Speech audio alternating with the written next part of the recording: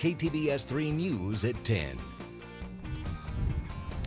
Coming up, officials across the Arklatex remain on high alert as they continue to monitor the 2016 flood. And scammers looking to take advantage of flood victims will share advice on how to guard yourself. Good evening, everyone. I'm Devin Patton, and here's Alana Quillen joining us live from the Red River tonight. That's right. Continuing coverage tonight, starting in Caddo Parish. Officials keeping an eye on the floodwaters as they slowly recede in some areas. Now, Alana, you've been going up and down the Red River here, and it's pretty high right now, right? That's right, Devin. I'm actually at the Stoner boat launch where you can see the river normally is supposed to be way back behind those parking lot lights you see behind me, but now it's just a few feet behind me here. It looks like a giant lake floating behind me. Now, the Red River did crest today. Right now, it's sitting at about 31.5 feet and is slowly falling. Now, take a look at some video from other areas swallowed up by the Red River. Riverview Park is totally underwater. Same goes for some areas along the Bossier side. Now, it's expected to go down to 30 feet this Thursday, but that's still flood stage. The forecast does call for it to keep dropping. Now, 12 Mile Bayou is steady today, so it may have already crested. It rose about a foot. In the past 24 hours, it's normally at 18 feet, but today it sits at 41 feet. And in 12 Mile Bayou, that's what caused some Shreveport residents, especially those in the MLK, to take in some of that water.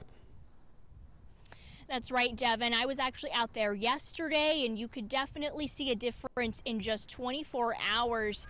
You can see some of this video here. That water rose overnight an extra foot, as I said earlier. I came back there today to check on some of those residents. If you remember Barbara Jackson's home on Gain Street, the water is now touching the corner of her house, but she does have a lot of sandbags put up there.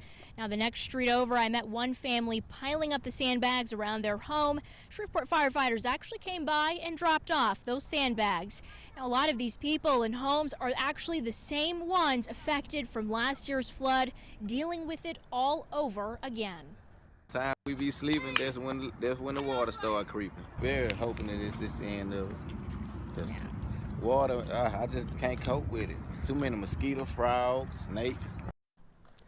Too many mosquitoes. Now, we do have some good news. Caddo Parish has been added to a list of parishes declared a major disaster by President Barack Obama. Now, this makes available federal aid to help residents and businesses in affected areas. This includes temporary housing, money for home repairs, and low-cost loans to cover uninsured property loss.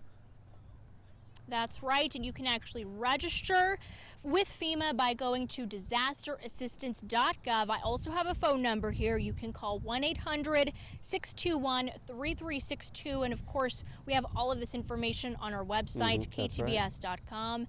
But Devin, also the parish public works building still doing sandbagging. It's self-serve sandbagging. That's at 1701 Monty Street in Shreveport. And of course, if you need any assistance with rising waters or with sandbags, you can call 911 to reach Shreveport firefighters, and they'll route you to them. Back to you. All right, Alana, thank you. Very good information right there.